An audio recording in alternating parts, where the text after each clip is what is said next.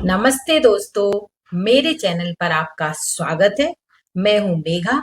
आज के ब्लॉग में मैं आपको भारत के सबसे शांत और शक्तिशाली स्थलों में से एक ईसा योग केंद्र, जो कि कोयम्बटूर तमिलनाडु बेलनगिरी पहाड़ों के बीच में है। चाहे आप एक दिन की यात्रा कर रहे हो या कुछ दिनों के ध्यान आराम के लिए आ रहे हो, मैं आपको सारी जानकारी कि आप यहाँ कैसे पहुंच सकते हैं, कहाँ पर ठहर सकते हैं और आप यहाँ क्या-क्या देख सकते हैं और अपने इस अनुभव को कैसे यादगार बना सकते हैं। तो आप लोग प्लीज वीडियो में एंड तक बने रहिए। तो चलिए शुरू करते हैं। नमस्कार। मैं आपको बताती हूँ कि आप ईसा सेंटर कैसे जा सकते हैं। ईसा योग सेंटर पहुंचने के लिए आप फ्लाइट, ट्रेन और बस तीनों का उपयोग कर सकते हैं। कोयम्बटूर एयरपोर्ट से ईसा सेंटर का डिस्टेंस लगभग 40 किलोमीटर है। तो आप यहाँ से टैक्सी बुक करके 1 से 1.5 घंटे में आप ईसा सेंटर पहुंच जाओगे, जो कि टैक्सी का किराया 1500 से 2000 के लगभग होता है। कोयम्बटूर रेलवे स्टेशन से ईसा सेंटर का डिस्टेंस 30 किलोमीटर है। तो आप यहाँ से टैक्सी बुक कर सकते हो, जिसका किराया लगभग 1000 से 1500 के बीच में आपको पड़ेगा। आप बस से भी जा सकते हो। गांधीपुरम बस स्टैंड से 14D बस ईसा सेंटर तक जाती है, जिसका किराया लगभग 40 रुपए है, जो कि आपको 1.5 से 2 घंटे में ईसा सेंटर पहुंचा देगी। आप अगर ईशा फाउंडेशन में स्टे करना चाहते हैं तो आपको पहले से ही ऑनलाइन बुकिंग करनी होगी। ऑनलाइन बुकिंग के लिए आपको इनकी वेबसाइट cottage.isha.in पर जाकर इनकी कॉटेज की अवेलेबिलिटी के हिसाब से बुकिंग कर सकते हो। आप यहाँ पर अपना डेट सेलेक्ट करके तो आप यहाँ पर 8 AM पर चेक इन करते हो तो आपको 6 AM पर चेकआउट करना पड़ेगा, और अगर आप 1 PM पर चेक इन करते हो तो 11 AM पर चेकआउट करना पड़ेगा। और अगर आप एक्स्ट्रा टाइम वहाँ रहना चाहते हो तो यहाँ पर ये एक्सटेंड चेकआउट टाइम भी अवेलेबल है। तो आप 11 AM की जगह 4 PM पर चेकआउट कर सकते हो। इसका आपको एक्स्ट्रा चार्ज पे करना पड़ेगा। यहाँ पर कॉटेज शिवापदम 4 फैमिली कॉटेज, शिवापदम 3 ये ध्यानलिंगा से 30 मिनट वॉकिंग डिस्टेंस पर है। तो यहाँ पर हर 30 मिनट में फ्री इलेक्ट्रिक शटल चलती है, तो आपको आने जाने में कोई दिक्कत नहीं होगी।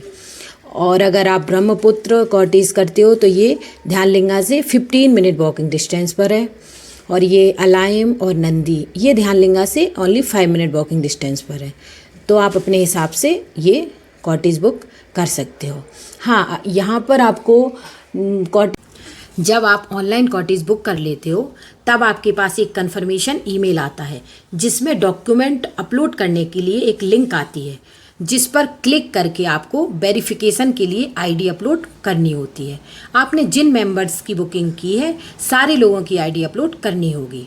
इसके बाद आपको ईमेल पर इस तरह से ई पासेस प्राप्त हो जाएंगे।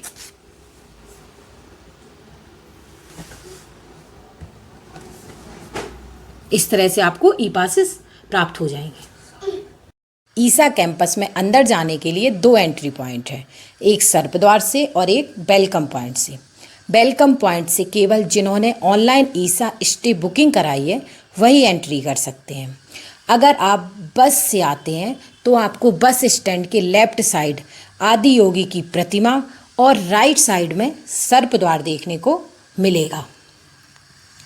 अगर आपकी ईसा स्टे बुकिंग है तो आप लगेज काउंटर पर जाकर, जो कि सर्पद्वार के पास ही है, वहाँ जाकर आप अपनी बुकिंग आईडी दिखाकर अपने लगेज पर स्टिकर लगवा सकते हैं। अब आप लगेज के साथ सर्पद्वार में एंट्री कर सकते हैं। अगर आप बिना बुकिंग के आए हुए हैं तो आपको अपना लगेज काउंटर पर जमा कराना होगा, फिर आप सर्पद्वार से एंट्री कर सकते हो। वेलकम पॉइंट के पास ही help desk check in counter है, जहां पर आपको ऑनलाइन बुकिंग का ई पास दिखाना होगा, जिससे वो सभी गेस्ट को आपके कॉटेज के नाम वाला बैंड आपकी कलाई में बांध देंगे। ये बैंड आपको चेकआउट टाइम तक अपनी कलाई पर बांधे रखना है, क्योंकि इस बैंड के जरिए ही आपको कॉटेज एरिया में एंट्री मिलेगी। मैंने यहाँ 3 दिन का स्टे किया हुआ था।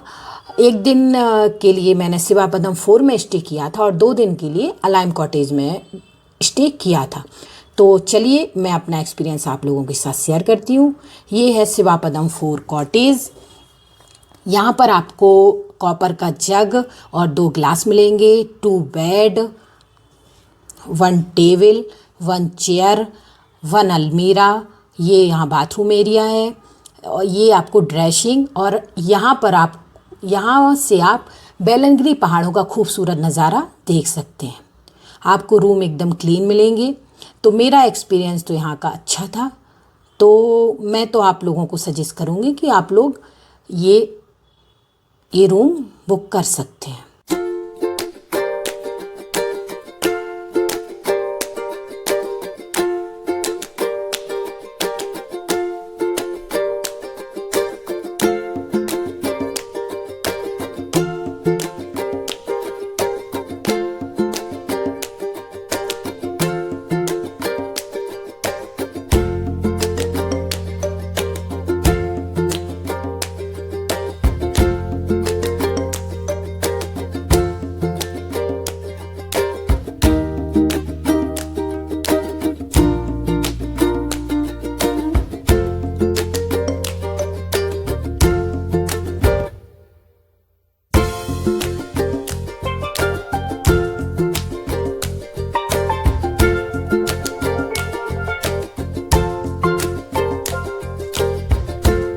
अब मैं आपको बताती हूँ कि ईसा सेंटर में आप खाने के लिए क्या कर सकते हो।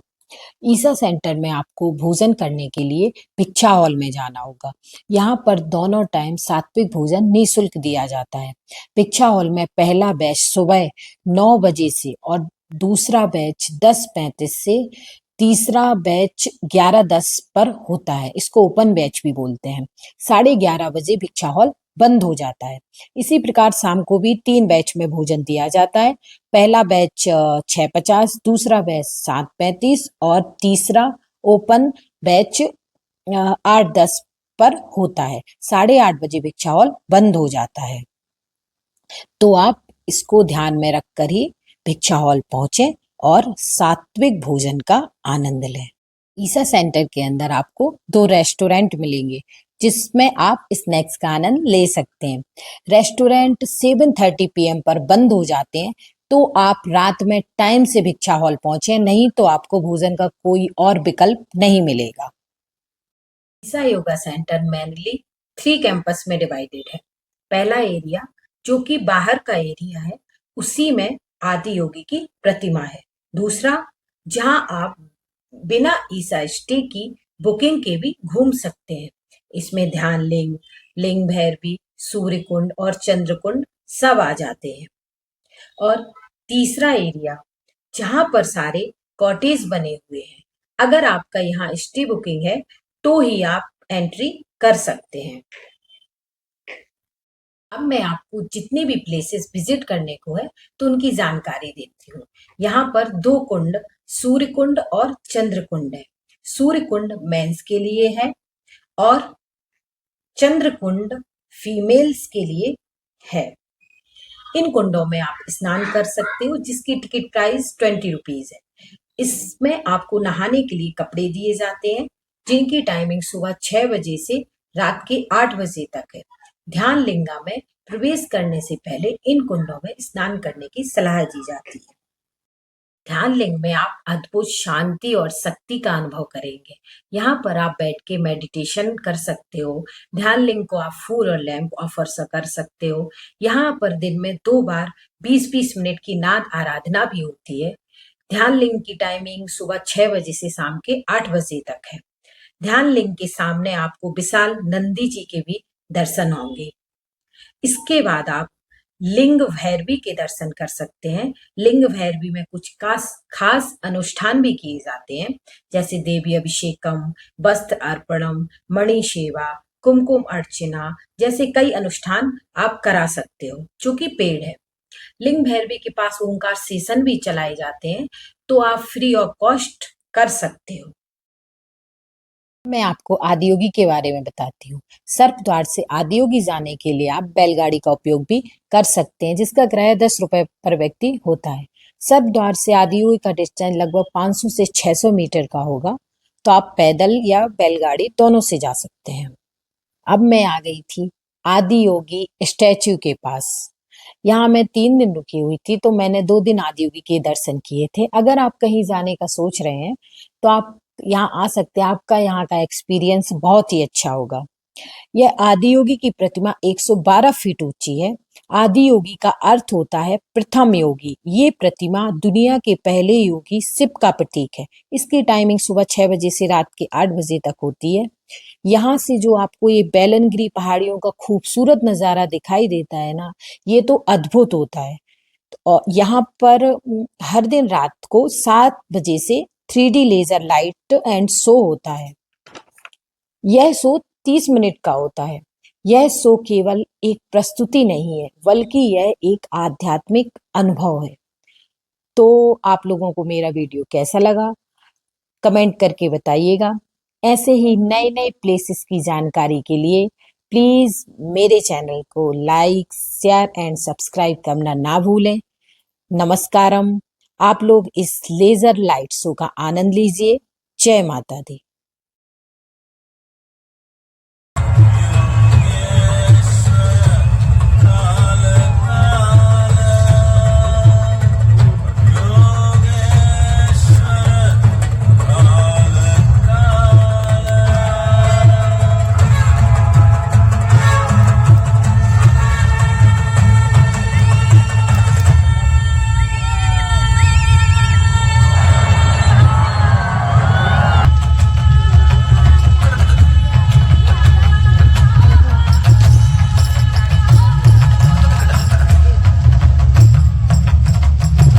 When intensity peaked, he became utterly still.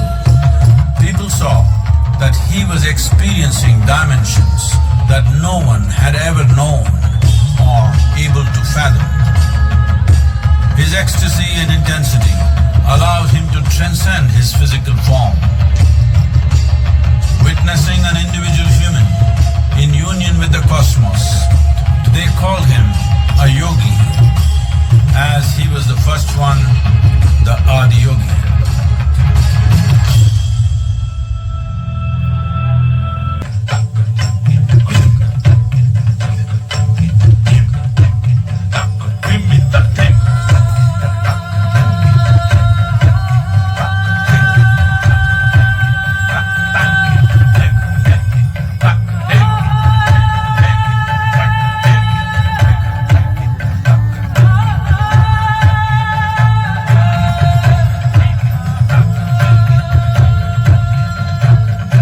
Adi Yogi absorbed her and made her a part of himself, and hence he is the Ardhanari, the ideal man, where one half of him is woman.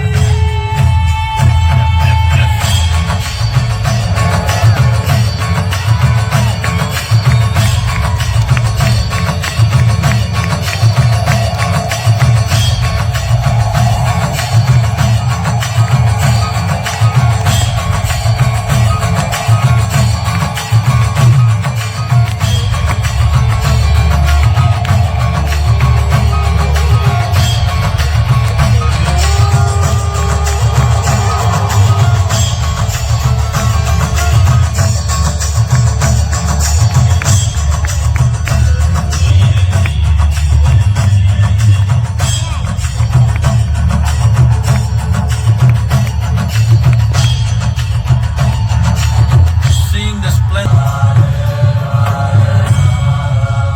this spectacular being is not of the past, but the future of humanity. To move humanity from hallucinations of ups and downs to nameless ecstasies of one's interiority. Mahadevaya Namaha. Mahadevaya Namaha. Mahadevaya Namaha.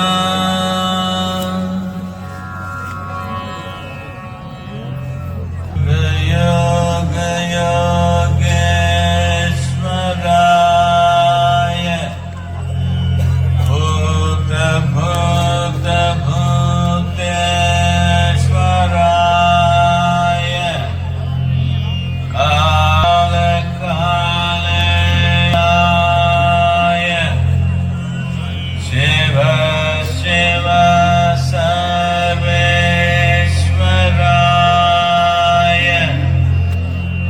Shambho Shambho